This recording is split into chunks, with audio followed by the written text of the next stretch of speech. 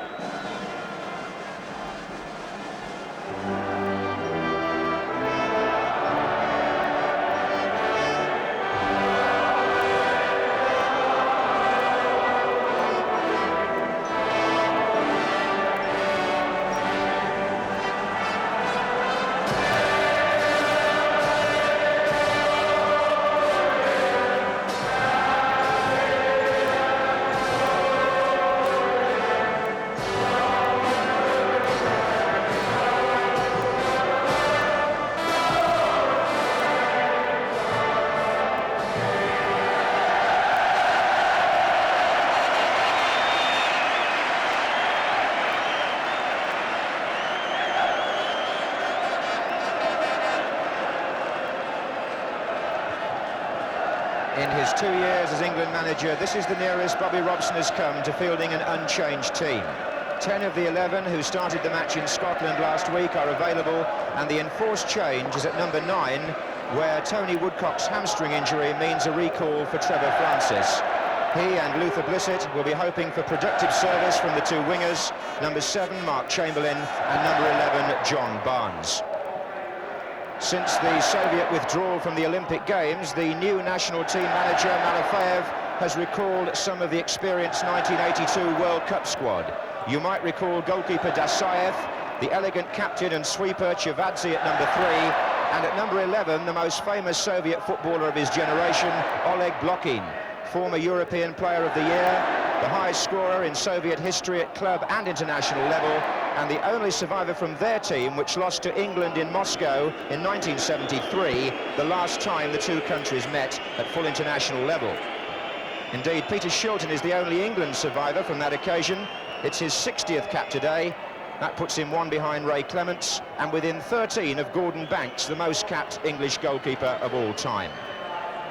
And in a season like this, you can't keep Liverpool out of the limelight, because the interpreter with the Soviet Union team while they're here is George Scanlon, head of languages at Liverpool Polytechnic, himself once a Wembley goalscorer in his days at Cambridge University.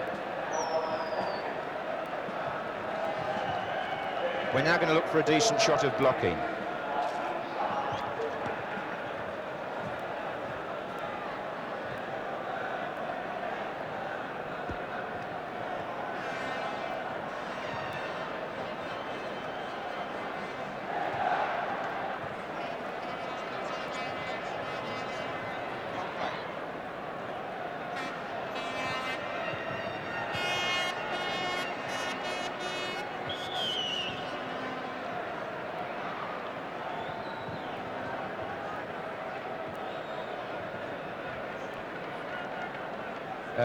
We would be grateful if you put a bit of that in, please, VT.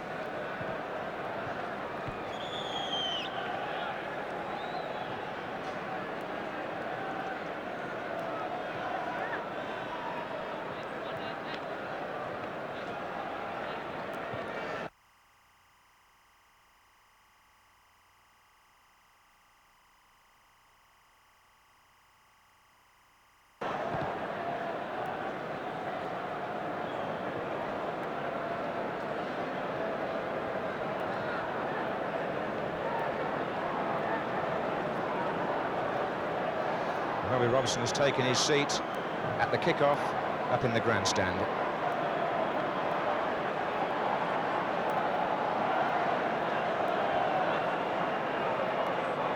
Give me him again, Fred, would you please? Robbie Robson's England squad leave next Wednesday for a three-match tour of South America, playing in Brazil, Uruguay and Chile.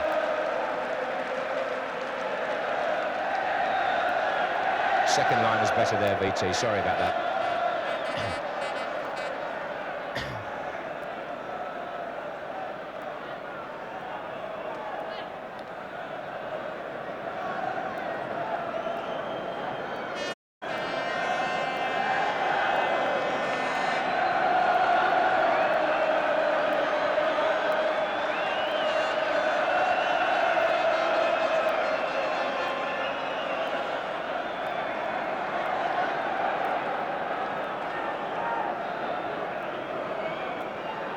It's 17 years since the Soviet Union played here at Wembley.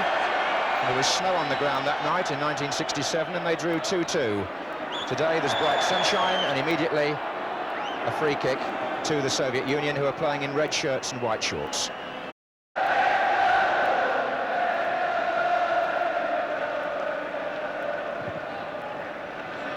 It's a good ball out to Oganeshin, the left-sided midfield player, number 8, into Demianenko. Plenty of runners up front here, and Roberts being tested as Rodionov goes through and turned in, and a great chance actually for Litovichenko, who must surely look back on that and think he should have scored. Rodionov was the man who made it, number 10, but when he brushed his way past Graham Roberts here, and as he got a left-foot attempt in, Litovichenko just needed a touch there to put the ball in.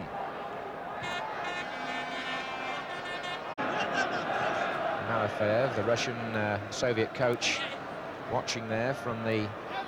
And it's only the Muscovites, really, who would generally qualify for that description. In fact, Malafeyev there, the coach on the right, was the team coach at Dynamo Minsk before getting the Olympic job, and now the national team manager's post.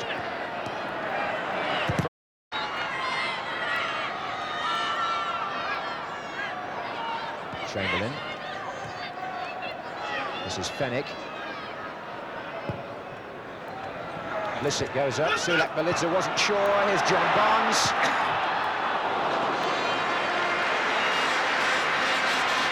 Well, John Barnes for England after 8 appearances. And I think the feeling of his club manager, Graham Taylor, may be that he's got to be a little bit more assertive at international level. He's always very confident when he's playing for Watford. And the chance cropped up there, and he was perhaps trying to chip it for the far corner with his right foot. And it's an interception by Terry Fenwick. Francis. And now Chamberlain. Inside Demianenko, chance! Dasayev saves! And Chibanza got there faster than Blissett to the rebound. Chamberlain, he saw the gap inside Demianenko and he went for it. Dasayev, the goalkeeper, made a good stop with his right hand there, going to his right. That was a good save. And off goes Zigmantovic, heavily bandaged. And he'll be replaced by Gotsmanov with less than 20 minutes gone.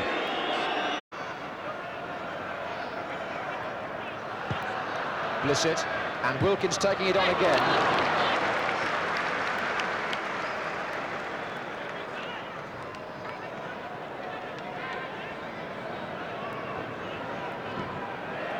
Triangular movement here, obviously planned by England as they've rehearsed these set plays. Barnes into Blissett and back for Wilkins. Through on the left-hand side. That's his cross, but it's behind Luther Blissett. England's final pass still lacking, and the Soviet Union have produced a good one here to Blokhin. Robson trying to get back, and Blokhin drove into the side netting, but it just showed, even now he's in his 30s, how quick and dangerous this fellow still is. Those crosses up to now have not been quite good enough. Gotsmanov. It's a good run.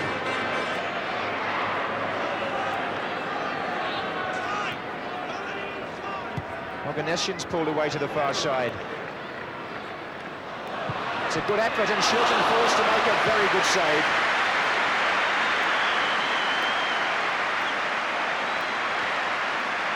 It was a tidy move by the Soviet Union. Gotsmanov made the run on the left, and Oganessian had sensibly pulled back behind the last defender. He saw the possibilities here of turning inside and chipping for Shilton to make a good one-handed save, but England have got Ray Wilkins down injured, and well, 29-year-old Oganessian is a good goal scorer. He got the winner against Belgium in the last World Cup finals, and that chip, my word, that was a brilliant save by Peter Shilton.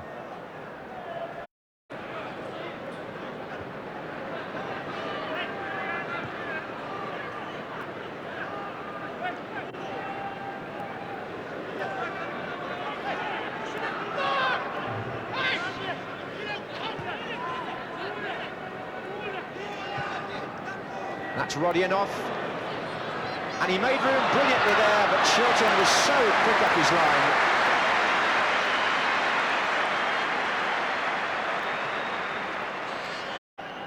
These astute through passes are beginning to worry the England defence. Rodionov latched onto that one. He shook off the defenders extremely well, but look how quick Shilton was to see that that was his ball. And on the break half, Barnes takes the free kick, Francis goes in, Baltachar with the clearing header, Rodionov knocking it on, Blokhin. This could be dangerous if Rodionov gets onto this, and he has. Rodionov is clean through against Shilton. And he's still there is Rodionov, and Sansom had to make the last challenge on Oganessian, but the England goalkeeper excels himself again. Well, Rodionov, who's a good young player from Spartak Moscow, normally a reliable finisher, the angle wasn't brilliant for him, but look how Shilton stood up and made the attacker make the decision. Sansom then covered well.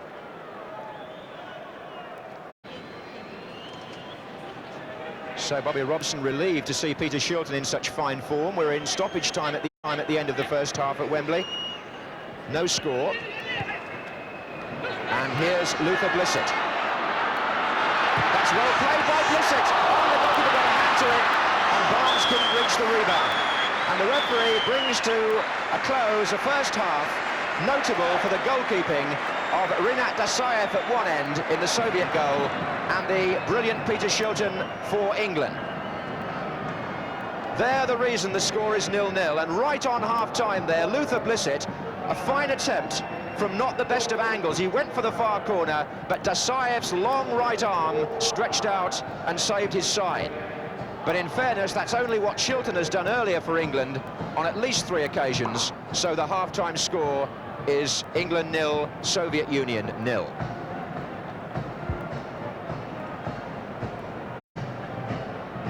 Oh, thank you, thank you, thank you, thank you. Oh, marvellous, marvellous, yes.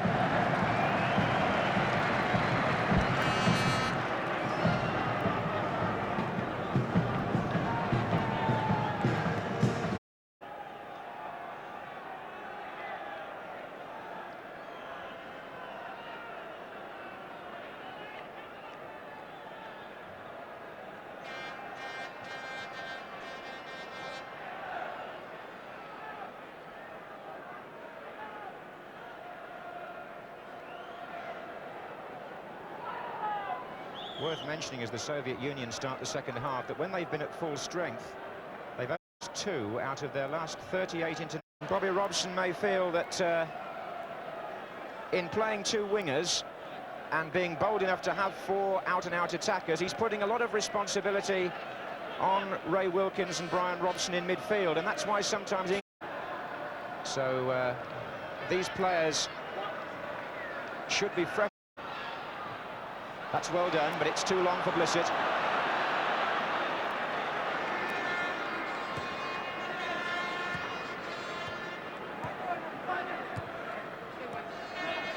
Litvichenko for the Soviet Union. Oh, and Duxbury has slipped badly there. And Gotsmanov has put the Soviet Union into the lead. Sergei Gotsmanov, the scorer, after a bad slip by Mike Duxbury, consoled by Ray Wilkins. And after 53 minutes, the Soviet Union, from the type of through ball they've been exploiting so well, are in the lead. But Duxbury was favourite to collect that until he slipped, and Gotsmanov was in. Shilton began to come, but the finish was good. So, bad luck on Mike Duxbury, and England go a goal behind.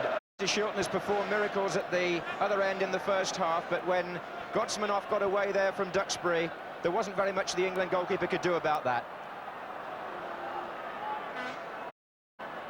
Bobby Robson's team then having to come from behind.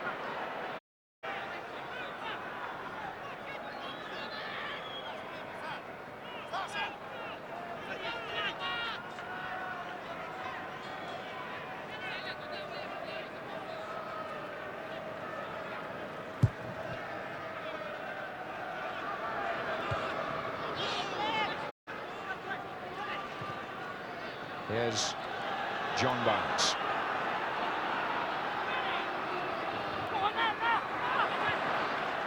Into Blissett. Here's Kenny Sansom. Crosses just not finding their target, and the Soviet team so good at breaking from these positions. This is Demianenko. Oganessian came inside to make room further out. Rodionov. Litvichenko with a chance, but he spooned that shot off the outside of his foot.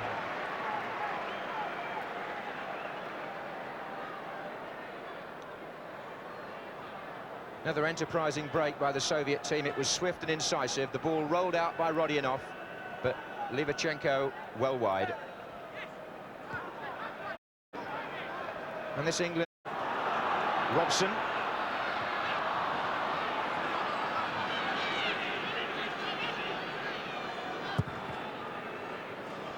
And the ball for Blokhin, so dangerous. He's curled it against the post. The Soviet master of sport, who's played brilliantly across the world over the last 10 years, Oleg Blokhin. Beautifully there. He turned inside and chipped that shot against the post with Shilton scrambling. He's got some skill too, the number 10. Alyenikov on to Litvichenko. Now Blokhin. And Blokhin on his left foot again. And the deflection for Oganessian, offside.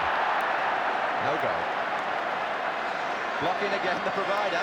And Wilkins gives him a consoling pat. Manu Sulak Velidze joins the attack. Rodionov. Litvichenko.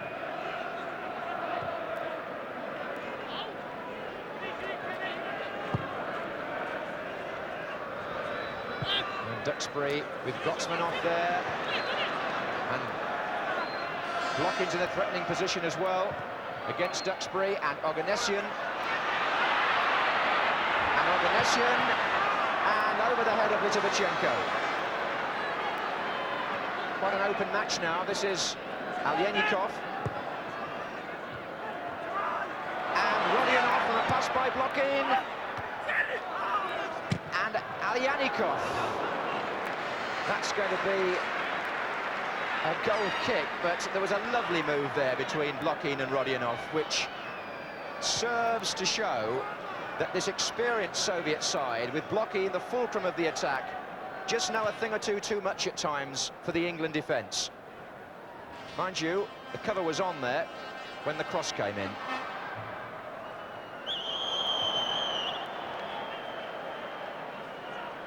For their first ever win at full international level in England. Certainly the Soviet coach, Malofeyev, will be pleased with the way things have gone up to now, although his team might well have been further ahead. Here's Fenech. Alyenikov.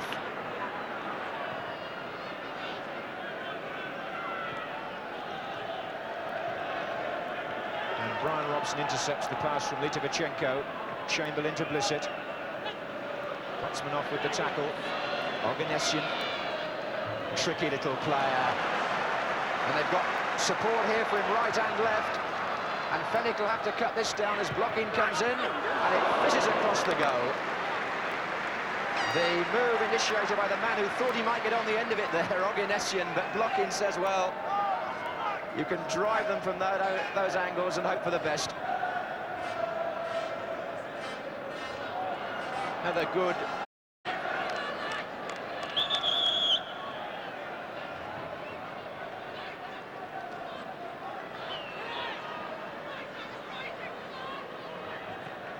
Blissett turning them. Wilkins.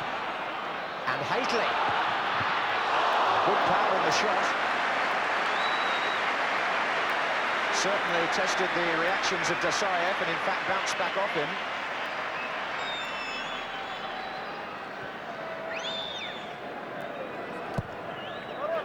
And just look at that ball, pumped forward for Blokhin, and Graham, that ball, pumped forward for Blokhin, and Graham Roberts is stretched to reach him. Blokhin did brilliantly. And Roberts brought him down. And what does the referee do? Does he award the Soviet Union a penalty for the tackle by Graham Roberts on Oleg Blokhin? But in fact, he chooses instead to take up a position on the far side of the penalty area, having looked closely at his linesman, and the Soviet team, somewhat confused, have only got a corner. Challenging him.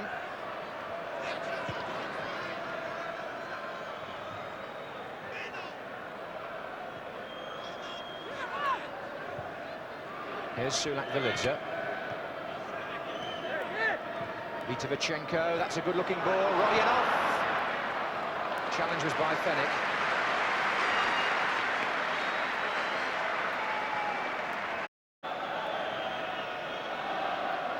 And the man coming on to replace him is number 13, Boris Pochnyakov from Spartak Moscow. An emerging young striker, Oleg Protasov, 20 years old, from the champions Dnieper, surprising winners of the Soviet League last season, and indeed leading it again this season. So on comes Protasov. Here's Wilkins, and Chamberlain is out wide.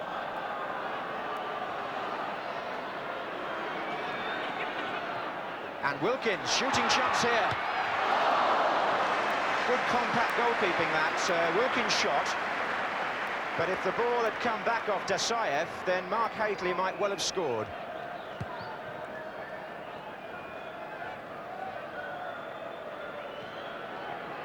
A couple of minutes left, and it's Oganessian. We're in stoppage time. The Soviet Union lead 1-0. Protasov headed the ball on, and blocking is in here. Good save by Shilton, and the follow-up goes in by Protasov. Right at the end.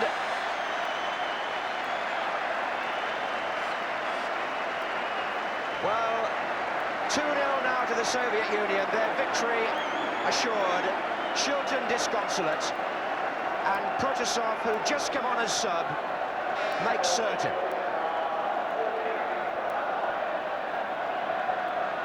All the hard work done again by Blokhin. Protasov started that with the header, but look where he goes now, right across to the far side, and as Shilton parries, he's on hand to score. So Bobby Robson will now suffer his 4th defeat in 8 games as England manager this season, and the Soviet Union will win at Wembley for the first time in their history.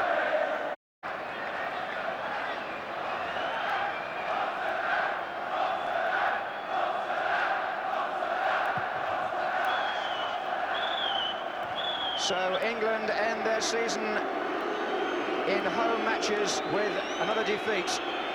The two coaches shake hands, but Bobby Robson knows that with 19 players missing, it's very difficult to make a silk purse out of a sow's ear, especially when the Soviet team brought to Wembley some experienced players who on the day proved just too good for what England had available. England were in the match for a while, but they eventually went behind to a goal by Gotsmanov after 53 minutes, and then going into stoppage time, the substitute Protasov made it 2-0. So, as the Soviets celebrate their victory, England go off to their South American tour, still looking for shape, still looking for the way to the future, but most of all, perhaps, still looking for more experienced players who, for the moment, just aren't around.